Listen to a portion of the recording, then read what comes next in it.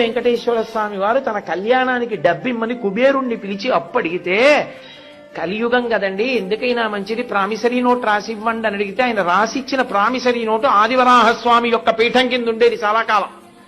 అదే దాన్ని ముద్రణ చేసి గోడ మీద కూడా కట్టారు చాలా కాలం. ఎప్పుడు పుచ్చుకున్నారో, ఏం రాసిచ్చారో, ఏమి సంతకం పెట్టారో కూడా ఉండేది.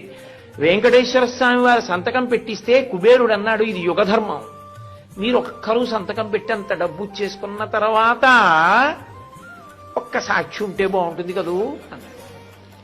ఏమంటే ఎప్పుడూ అబద్ధం ఆటగా మహానుభావుడు తనలో తను రమిస్తూ కూర్చుంటాడు. శివుడితో పెట్టిస్తాను, పెట్టించండి, పెట్టాడు. ఆయనది పెట్టించారు కానండి, తనలో తాను రమిస్తూ ఉంటాడు. చండీశ్వరుడి దగ్గరే చిటికెయ్యాలి. ఆయన దగ్గరికి వెళ్ళి అయ్యా మా బాకీ అంటే త్రిశూలం పట్టుకుంటే కొంచెం ఎప్పుడు కళ్ళు తెరిచి చూసి ఆయన ఎవరినైనా చూడండి అంటే చతుర్ముఖ బ్రహ్మగారి సంతకం పెట్టించారు. ఇద్దరు మంచిదే, ముగ్గురుంటే చూడండి అన్నారు. అంటే అప్పుడు మళ్ళీ అశ్వత్థ వృక్షం చేత పెట్టించారు. ముగ్గురు సంతకాలు పెడితే అప్పిచ్చాడు కుబేరుడు.